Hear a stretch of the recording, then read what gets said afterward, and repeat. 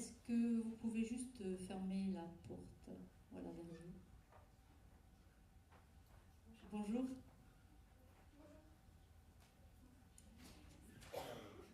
Bonsoir. Bonsoir à tous. Voilà, je suis ravie de vous accueillir pour cette rencontre avec les artistes qu'on a appelée masterclass. Quelquefois, les masterclass, c'est des interprétations de cours en public, mais c'est aussi des rencontres avec les artistes qui se produisent en concert. Cette préséance est là parce que demain, il y aura un concert avec le duo Eclectica que vous allez rencontrer dans quelques instants. Et je voudrais vous dire que pour moi, la rencontre avec les artistes est au cœur de la formation, parce que vous le voyez bien tous les jours, quand vous travaillez votre instrument, vous partagez avec d'autres en musique de chambre, en duo ou autre, même des scènes partagées. Ce sont des moments extrêmement importants. Et rencontrer des artistes professionnels fait évidemment partie de la formation. Au-delà même de l'échange de la rencontre, ils nous transportent aussi dans leurs univers. C'est essentiel à votre stade de la formation, déjà de côtoyer ceux qui œuvrent pour la culture sur notre territoire et plus largement sur le plan national. Donc le duo Eclectica est composé d'une chanteuse et d'un pianiste de haut niveau, vous en attesterez par vous-même, et compositeur. Et ce que je voudrais vous dire, c'est que le compositeur, quand il a fini d'écrire son œuvre, il a fini son travail. Liszt, Chopin, d'ailleurs, vous interprétez tous de leurs ouvrages. Et évidemment, une fois que ce travail de composition est fini, c'est vous, les interprètes, qui faites vivre cette musique avec le talent, évidemment, qui vous habite.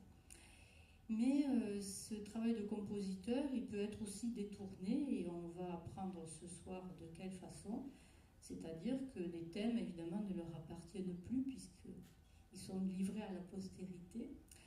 Et c'est tout ce travail de reprise de thèmes, de grands thèmes, qui ont fait le succès de certaines œuvres, Puccini, Bizet et autres, qui vont être réinventées ce soir. Ce sont souvent des pièces symphoniques, quelquefois des pièces pour chœur, quelquefois des pièces lyriques, et qui vont être réinventées, réinterprétées, quelquefois en jazz, d'autres formules.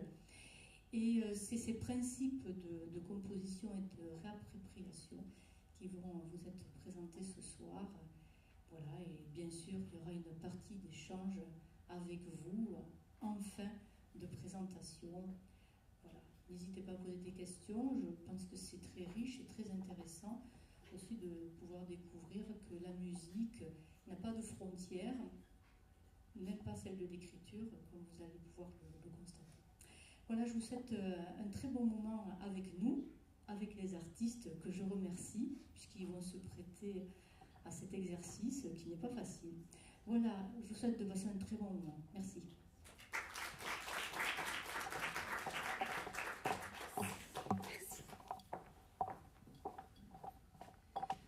Bien, bonsoir à tous, les élèves, les étudiants, les plus grands, tout le monde. Donc je vous explique comment on va faire. On va dérouler. Alors, une petite précision, Alexei est russe. Il habite en France depuis 1 an, un peu plus d'1 an. Donc il est arrivé, il ne connaissait pas un mot de français. Vous allez voir, son français a progressé, mais du coup, ça vous explique qu'effectivement, on va dérouler un peu tout notre programme. On va vous expliquer comment on compose à chaque fois. Et puis avec des extraits musicaux au milieu. Et puis à la fin, j'ouvrirai aux questions si vous avez des questions. Mais du coup, on va le dérouler pour qu'Alexei puisse être tranquille, puisqu'il a écrit son texte pour pouvoir vous le lire tranquillement et que ce soit compréhensible. Donc voilà, Eclectica, donc, c'est un duo qui est né il y a un peu plus d'1 an. Donc c'est un duo assez récent. Moi, je m'appelle Valérie de Bise. Je suis une ancienne chanteuse d'opéra. Ancienne, parce que je suis assez âgée, donc ma carrière est derrière moi, enfin était derrière moi, donc je me suis arrêtée de chanter pendant 10 ans. Et puis j'ai rencontré Alexei. Et Alexei a eu envie de faire de la musique, et il a eu envie d'en faire avec moi. Donc voilà, je suis un peu comme un petit clin d'œil à Lario Exum, qui est un grand danseur et qui est dans la salle, je sais. Je serai un peu la Margot Fontaine, et Alexei sera le Nureyev. Voilà. Donc voilà, on part toujours d'un morceau existant. Je vous expliquerai plus tard dans la masterclass. Et puis on emmène ce morceau, on le transforme, on le tord un peu parfois. Ça c'est le travail, c'est plutôt Alexei qui le fait. Et puis on laisse toujours une part d'improvisation dedans. C'est-à-dire qu'effectivement, il y a le morceau d'origine, la façon dont on va le restructurer, plus un morceau, des petites parts d'improvisation, où Alexei seul improvise, ou moi j'improvise, ou on improvise tous les deux, c'est-à-dire qu'on le fait ensemble, c'est-à-dire qu'on s'écoute et on le fait ensemble. Voilà. Donc, Eclectica Musica, ça a une vertu pour nous, c'est que souvent on dit que la musique classique c'est élitiste, l'opéra, les symphonies, les quatuors, etc. Et on entend souvent des gens, souvent plus jeunes, dire « Ah, mais c'est pas pour moi ». L'idée d'Eclectica, c'est ça, c'est de faire de la musique classique quelque chose de populaire à nouveau. Voilà. Donc je vous laisse avec Alexei qui va se présenter. Merci beaucoup Valérie. Tout cela est très éclectique, d'où le nom de notre duo Eclectica, toutes les couleurs de la musique. Bonsoir, je m'appelle Alexei Filimonov, je suis né en Russie, mais je l'ai quitté il y a 2 ans.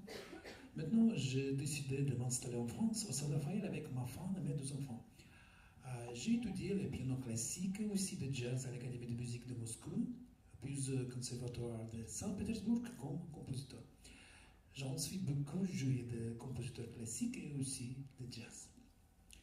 Au fil du temps, j'ai pris de la distance avec la musique créée par d'autres et j'ai eu envie de faire quelque chose de nouveau en combinant des fragments de structures musicales préexistantes à mes propres compositions. Merci beaucoup. On peut comparer cela à la cuisine de restaurant qui prépare des plats qu'on appelle des fusions. Les chefs de ces restaurants le goûtent des aliments en les combinant avec d'autres ingrédients. Créant aussi des saveurs nouvelles, à cela, ils ajoutent des modes de cuisson différents ou inhabituels. J'essaie de faire quelque chose de similaire en musique. Je mélange des styles musicaux connus comme l'opéra, le baroque, le flamenco ou le jazz et je les transforme en morceaux de musique complètement nouveaux. Quelque chose qui n'a jamais existé auparavant, mais en même temps quelque chose qui sont très familier. Quelque chose qui peut se résumer en un mot éclectique. La voix de Wally ajoute une couleur importante à cet ensemble. Voici un exemple avec une pièce composée par Claude Debussy, Clair de Lune. Ce morceau de musique a été écrit par le compositeur français Claude Debussy pour le piano. Écoutons quelques mesures de l'original.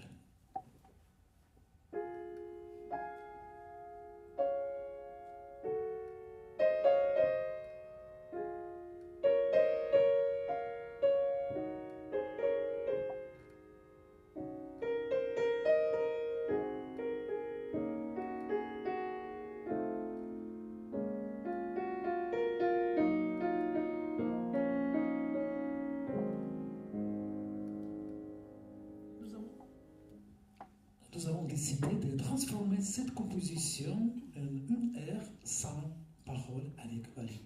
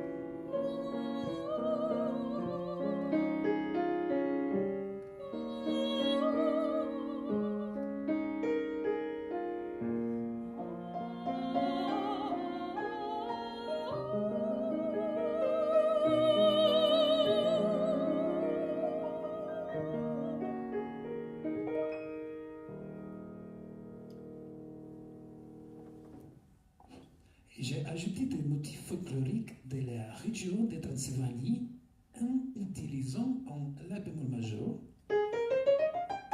avec le troisième et septième degré abaissé et le quatrième degré relevé.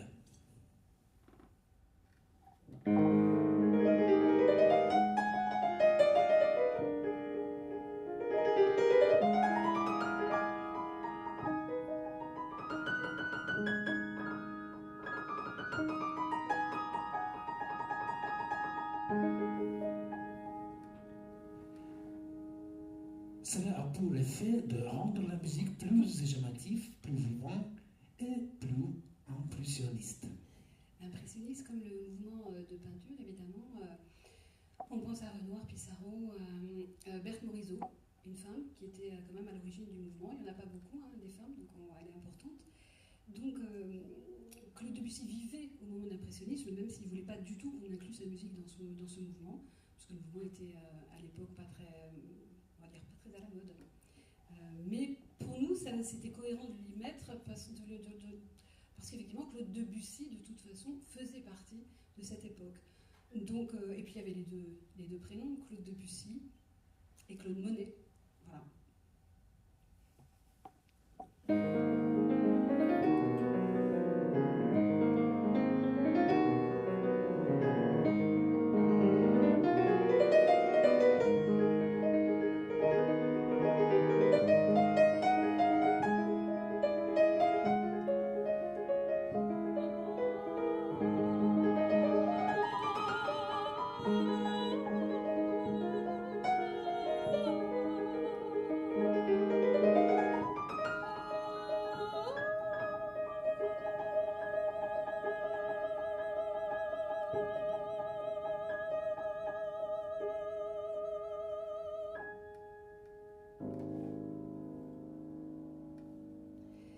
Donc ça, c'est la fin du morceau de Clair de Lune, qui a été composé en 1882. On va faire un petit bond en arrière. On revient à l'époque du baroque, en 1738, où Handel compose un opéra qui s'appelle Circé. Et le premier air de cet opéra s'intitule Ombra mai fu. Voici le début de l'air original.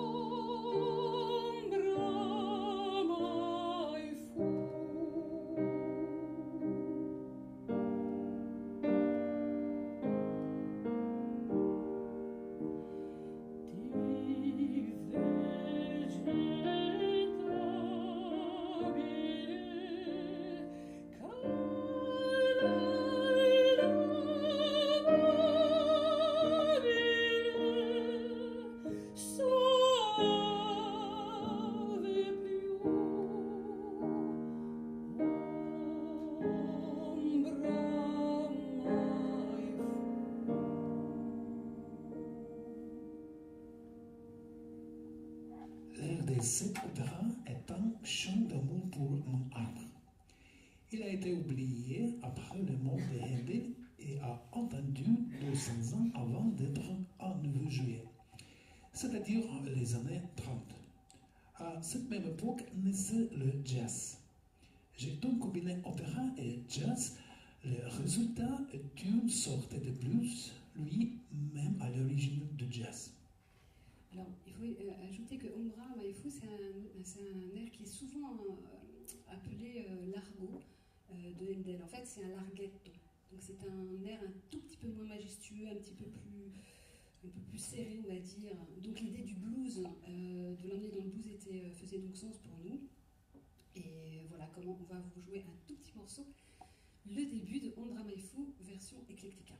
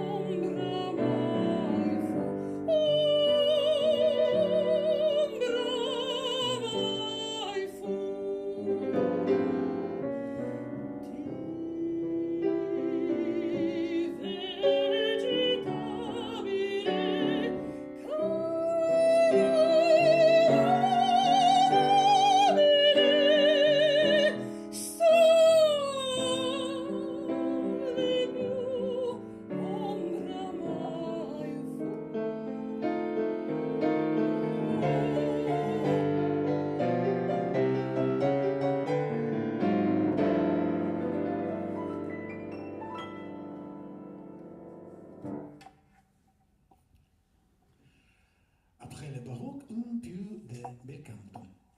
Dans Turandot, opéra inachevé de Giacomo Puccini Calaf, le prince tatar qui chante cette air est venu de l'Orient pour rejoindre la princesse chinoise Turandot.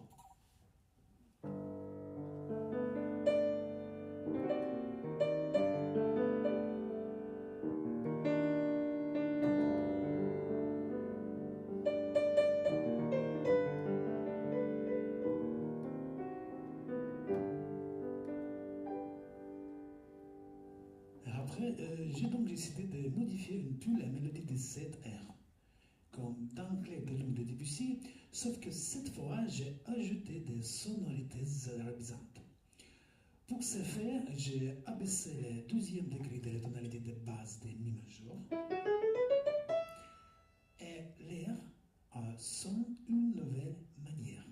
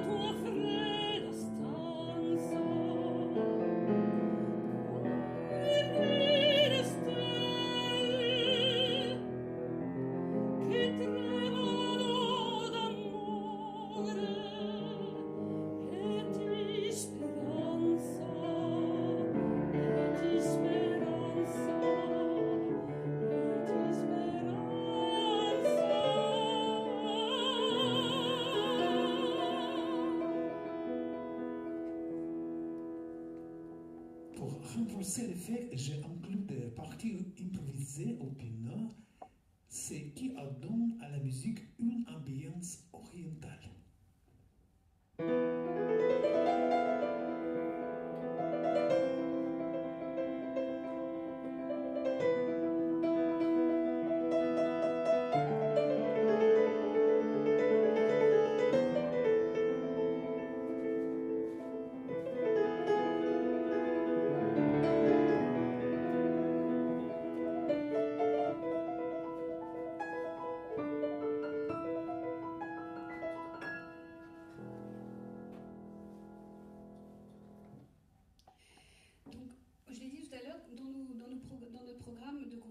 Il y a l'improvisation quand on chante en concert, mais il y a aussi l'improvisation quand on crée. C'est-à-dire que il y a des choses écrites par Alexei, et puis il y a des moments, c'est plus flou, et ça laisse ouvert une porte pour le chanteur ou pour l'instrumentiste, à savoir Alexei, de rentrer en création. Quand Alexei a commencé à entraîner ce morceau d'opéra qui est normalement en italien et qui ne se passe pas du tout, évidemment, qui se passe en Chine, qui ne se passe pas du tout dans les déserts sahariens, quand il a commencé à tirer l'opéra vers les déserts sahariens, on était pile poil au moment où les événements en Palestine commençaient. Donc pour nous, c'était évident.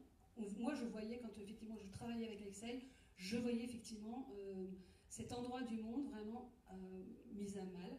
Donc ça a été important dans notre création.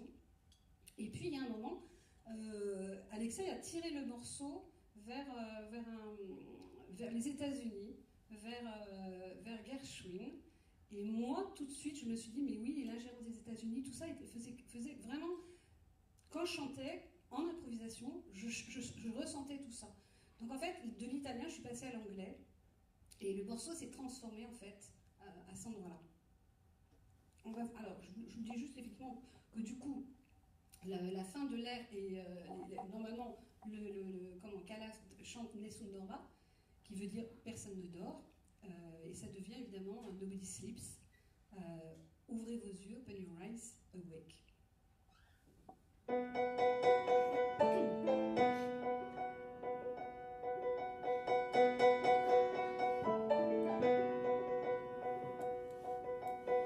Quando la luna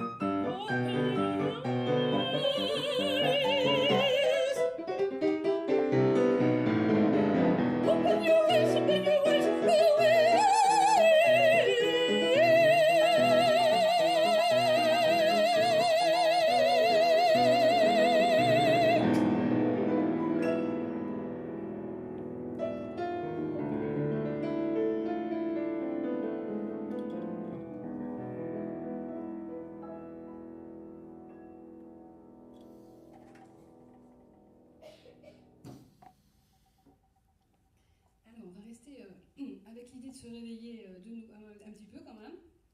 Le prochain morceau qu'on va vous interpréter, c'est notre petit dernier. On l'a jamais chanté, c'est tout récent. On est parti de l'Aude à la joie. Il faut dire que quand on compose les morceaux, généralement c'est moi qui propose les morceaux à Alexei, qui généralement dit toujours oui. Oui, pas généralement, il a toujours dit oui. Donc je choisis, on avait eu l'idée effectivement, tous les deux, cette fois, de chanter effectivement sur un morceau qui est extrait de la 9e de Beethoven, la 9e symphonie de Beethoven. Donc vous le connaissez, puisqu'effectivement, on s'est emparé de l'Aude à la joie. Il est évident que toutes les créations s'inscrivent dans leur époque. Donc notre époque était pour nous c'était important de chanter ça maintenant. Je rappelle que c'est l'hymne de l'Europe. C'est important pour nous de dire qu'effectivement, c'était un hommage à Ludwig van Beethoven, qui a créé cette 9e symphonie, et à Schiller, donc le poète. Il faut savoir que le poème de Schiller est très très long. Il fait, je crois, 3 pages, c'est vraiment très très long. Donc Beethoven et Schiller ont réduit effectivement, et ont même changé certaines strophes pour créer cette ode à la joie. Il faut ajouter quand même, effectivement, pour la culture générale, que Beethoven a mis 2 ans à composer. Aujourd'hui, on fait tout très vite. Là, il a mis 2 ans. C'est 1822-1824 avant, effectivement, de pouvoir jouer cette 9e. Alors, on va pas pouvoir vous... on voulait vous faire vous montrer un exemple de cette 9e, la vraie. Donc, on va demander à Jean-Christophe de lancer un extrait, puisque pour nous, c'est impossible de remplacer 80 musiciens et autant, voire même plus de chanteurs de chœur. Donc, voici... un extrait de la 9e de Beethoven. C'est le chœur qui va lancer le final de la symphonie. Merci Jean-Christophe.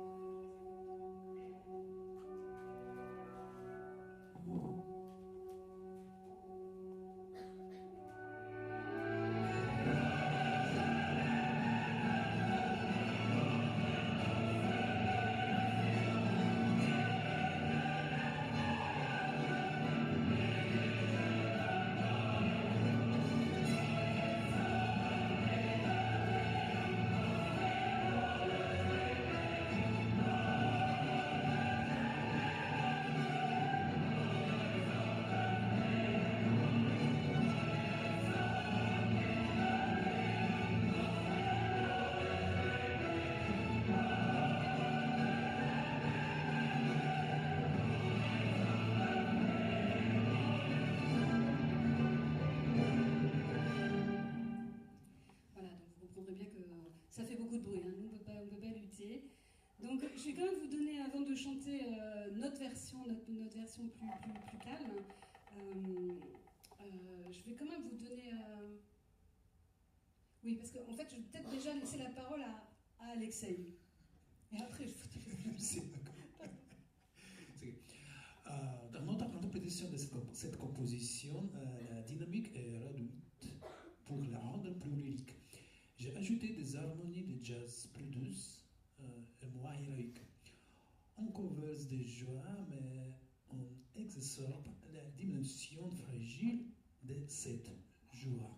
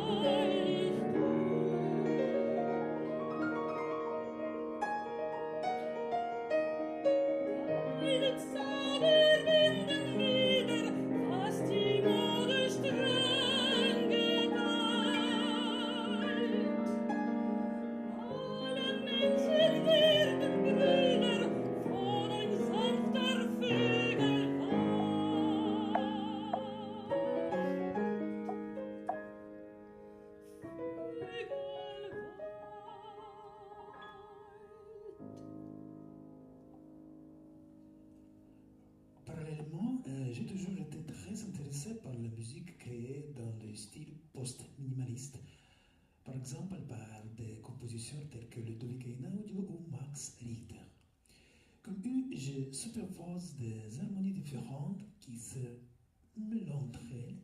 Avec la pédale droite, j'ai créé un halo sonore trouble, mais qui restait en parfaite harmonie.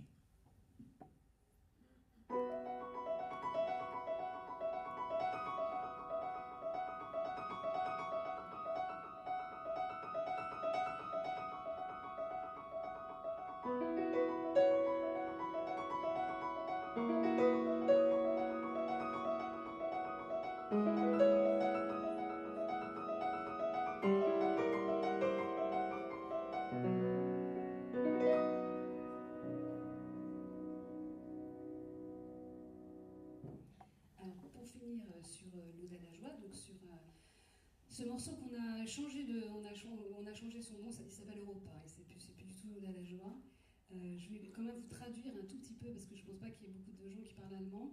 Donc je vais vous donner un tout petit bout de traduction de... Moi j'ai pris, on a encore fait encore plus court sur notre morceau que Beethoven et Schiller. Donc Freude, joie, deine Zauber binden wieder, ton attrait enchanteur resserre, was die Mode streng geteilt, ce que la mode, la coutume en vain détruit. All Männchen werden Brüder, nous serons tous humains, tous frères, froh, wie seine Sonnen fliegen. Joie, joyeux, comme des soleils volants.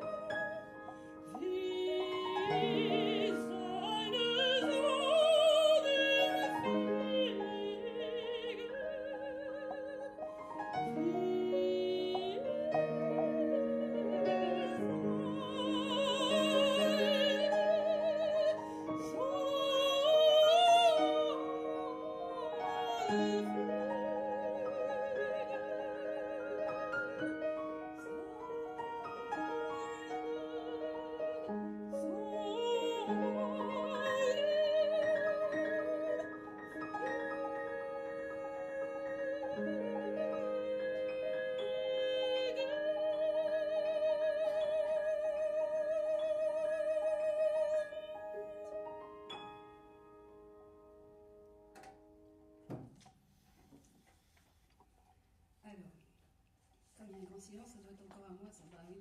Voilà, donc effectivement, on a un programme éclectique, comme on l'a dit, puisqu'il sur toutes les époques, tous les styles, enfin beaucoup d'époques et beaucoup de styles. Alors évidemment, on chante dans plusieurs langues, l'anglais, le français, l'allemand, on vient de le voir, l'italien, incontournable pour un chanteur lyrique, et bien sûr le russe, puisqu'Alexei est russe, donc il m'a obligée à apprendre un morceau de russe. Donc c'est un morceau de Rimsky-Korsakov. C'est très gentil pour moi. La Royose de Rimsky, du compositeur russe Nicolas Rimsky-Korsakov, est tiré de son opéra Les Jeunes Filles de Neige.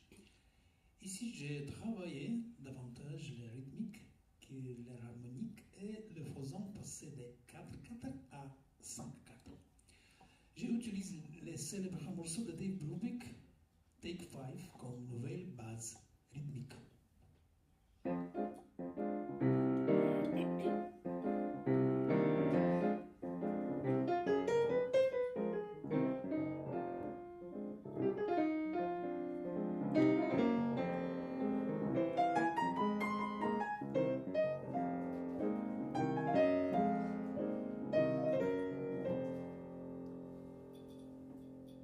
Les deux compositions combinées donnent cet aspect complètement fracturé est totalement inhabituel dans le jazz ou les classiques.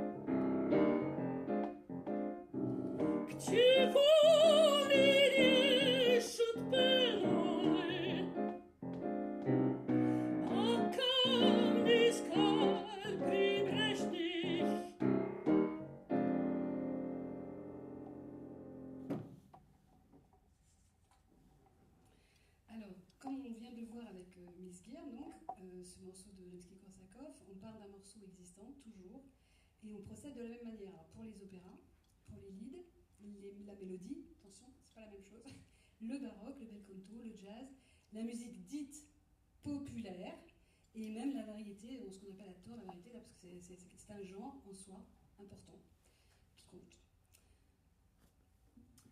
La voix est un élément essentiel dans nos compositions. Ici, une petite explication. Souvent, nous avons gardé le titre de l'origine. 12 exceptions. L'Europe de la joie, qui est devenu Europa. Oui, l'Ode à la joie, donc on a vu tout à l'heure Beethoven qui est devenu Europa. Et puis un autre morceau qui ne porte pas son nom et qui s'appelle Niméniodos, qui est tiré de Carmen, de la Habanera de Carmen. Alors, il faut juste dire un petit mot parce que c'est un morceau important pour nous. C'est un morceau, effectivement, où la mort et la peur règnent tout le temps. Et donc, quand on a travaillé ensemble avec Alexei, moi, je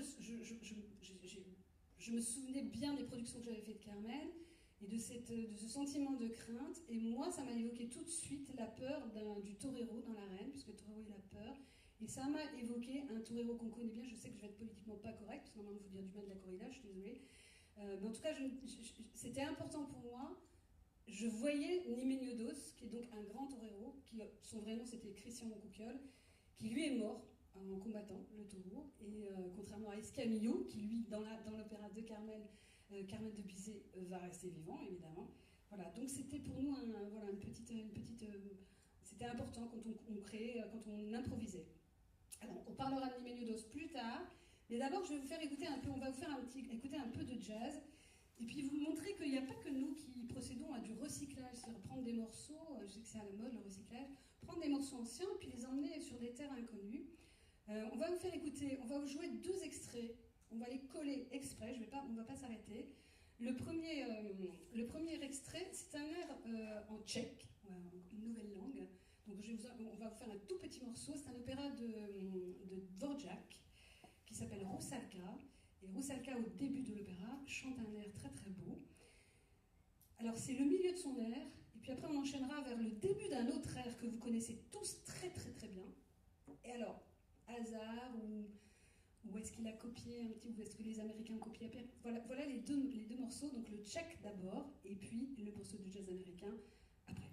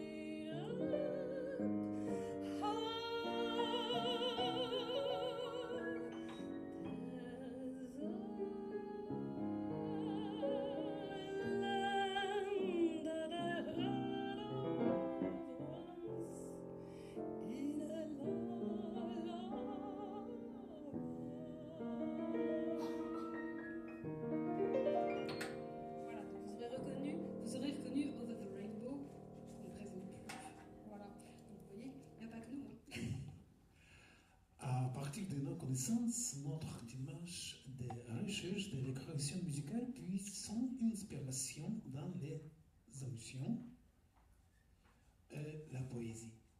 C'est une démarche empirique. Sans doute le plus connu de l'histoire de l'opéra français, voici Carmen.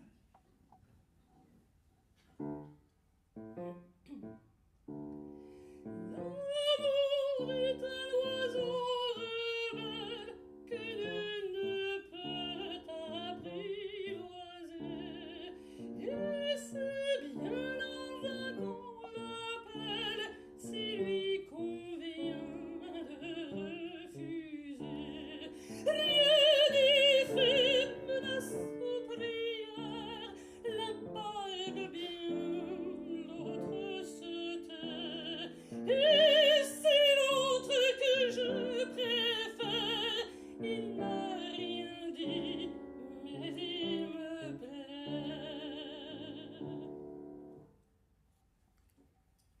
Comme dans son dormant, ces morceaux accueillent des parties improvisées.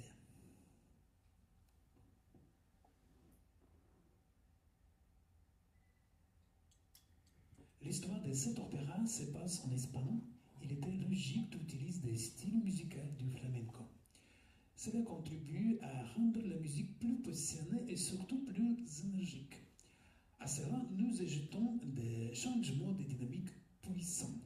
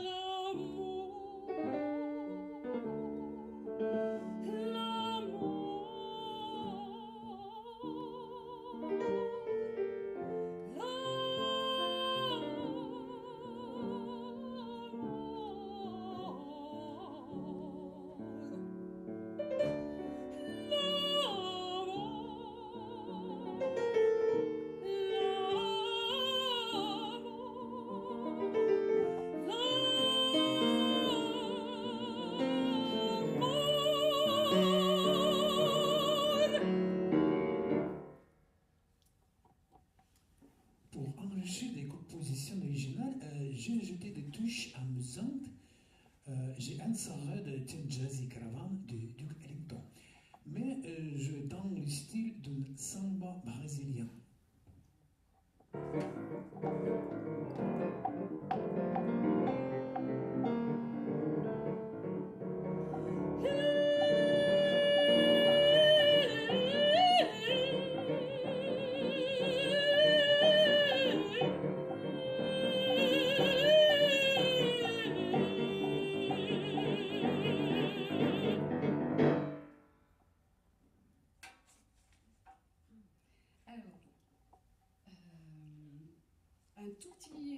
Est-ce qu'il y a des élèves là qui sont en classe de chant? Bon, alors les autres, ils vont écouter quand même, tant pis. Donc voilà, le morceau donc Nimé Dos, c'est un morceau un peu compliqué pour le chanteur. Surtout un chanteur comme moi, qui d'abord, je ne suis pas de la première jeunesse non plus, donc voilà. Et puis même si on est chanteur lyrique, on fatigue. Et en plus, ce morceau emprunte deux répertoires différents, c'est-à-dire qu'il emprunte au répertoire classique, donc au chanteur lyrique d'opéra, et on ajoute, Alexei a ajouté des sortes d'improvisation qui tirent sur le flamenco et sur le duende. On parlera du duende tout à l'heure. Donc, il faut savoir que quand, je vais vous expliquer 2 secondes ce qui se passe quand le chanteur d'opéra lyrique chante. En fait, ce qui se passe, c'est quand l'air que le chanteur d'opéra a pris fait une sorte de compression. Il est comprimé par le diaphragme. Le diaphragme, il fait comme un piston. Et il propulse l'air. Et en propulsant l'air, il fait vibrer toutes les cordes vocales. C'est ce qu'on appelle la colonne d'air. Et bien sûr, les cordes vocales sont attachées. Effectivement, les cordes vocales, ça fait ça. Hein. C'est 2 rubans, en fait, qui vont vibrer et qu'il faut faire vibrer tout le squelette. Donc le squelette de la tête, bien sûr, les os du crâne, mais aussi, évidemment, toute la colonne vertébrale, tous les os, en fait, voilà, du corps. Alors, il faut dire un mot sur le duende, puisque le duende, effectivement, espagnol, c'est quand même une chose assez spéciale. C'est difficile de l'expliquer. Il n'y a pas de mot, en fait. C'est un peu comme jazz. Il n'y a pas d'explication, en fait. Ça veut dire ce que ça veut dire. Jazz, blues, saudade. Voilà, le rap, par exemple, c'est le rap. Donc, voilà, ça ne s'explique pas. Et le duende espagnol, c'est un peu ça. Il y a 4 éléments fondamentaux sur le duende. Il y a le chant, bien sûr. Il y a la musique instrumentale, il y a la danse et la tauromachie. Donc ça faisait lien, c'est pour ça que tout à l'heure on a parlé effectivement de la tauromachie et de l'hyméniodos. Tout ça fait un lien quand on chante l'hyméniodos. Donc je reviens à la technique vocale, ça je vous ai évoqué ce qui se passait pour un chanteur lyrique. Par contre, le chanteur de flamenco, lui, il ne se sert pas du tout des mêmes bases. Il y en a certains qui ont les harmoniques de la tête, ils s'en servent un peu, mais en fait, ils appuient beaucoup sur le larynx, sur le pharynx. Ça donne cette espèce de voix un peu rauque, un peu âpre comme ça. Et ça met en danger effectivement le pauvre chanteur que je suis, la pauvre chanteuse que je suis. C'est-à-dire qu'on passe ce morceau, parce que le duende, c'est quand même déjà ça éprouvant pour la voix, mais passer de la technique de l'opéra au duende, c'est encore plus compliqué, c'est encore plus difficile. Ça équivaut effectivement à mettre un peu le chanteur en danger. Ça tombe bien, hein, parce que tout à l'heure on l'a dit, l'idée du duende, c'était l'idée de la limite, de la cassure possible. C'est-à-dire que ça peut casser. D'ailleurs là, je sens que ma voix déjà fatigue un peu, parce qu'on a répété cet après-midi. Donc voilà, on va essayer quand même de vous faire un petit morceau de Hyméniodos.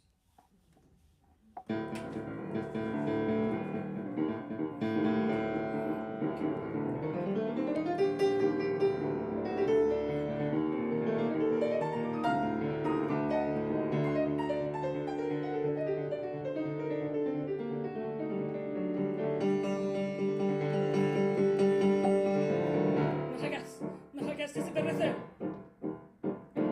No hagas.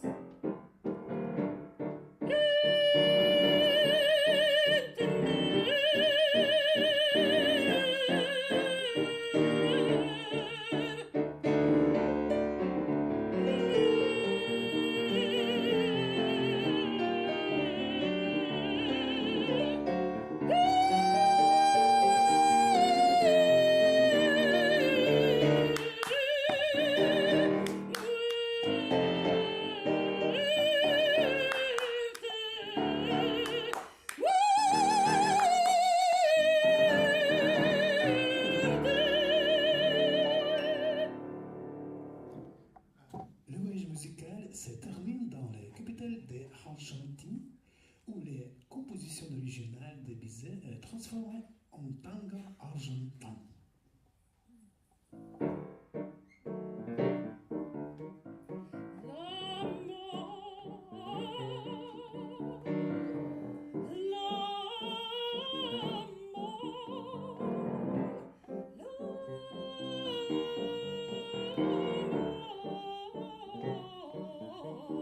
L'amor, la muerte.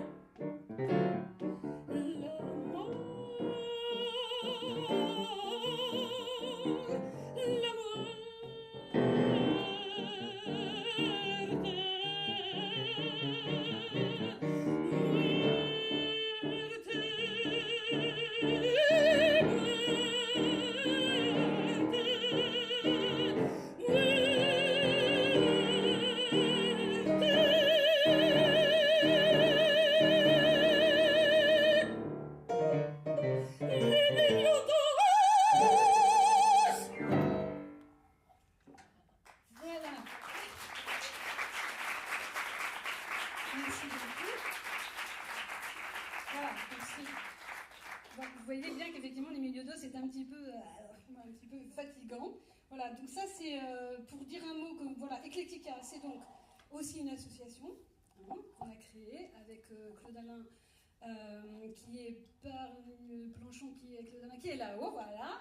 Donc c'est aussi sa vocation effectivement à faire vivre la musique de cette façon, c'est-à-dire en décloisonnant, en enlevant ce dont a parlé Madame Gossen très bien tout à l'heure, en enlevant les barrières, il n'y a pas de limite, on peut chanter les choses, voilà, il suffit juste d'en avoir envie, bon, de travailler, évidemment, ça c'est pas à vous, je vais apprendre ça, tous les étudiants ici le savent.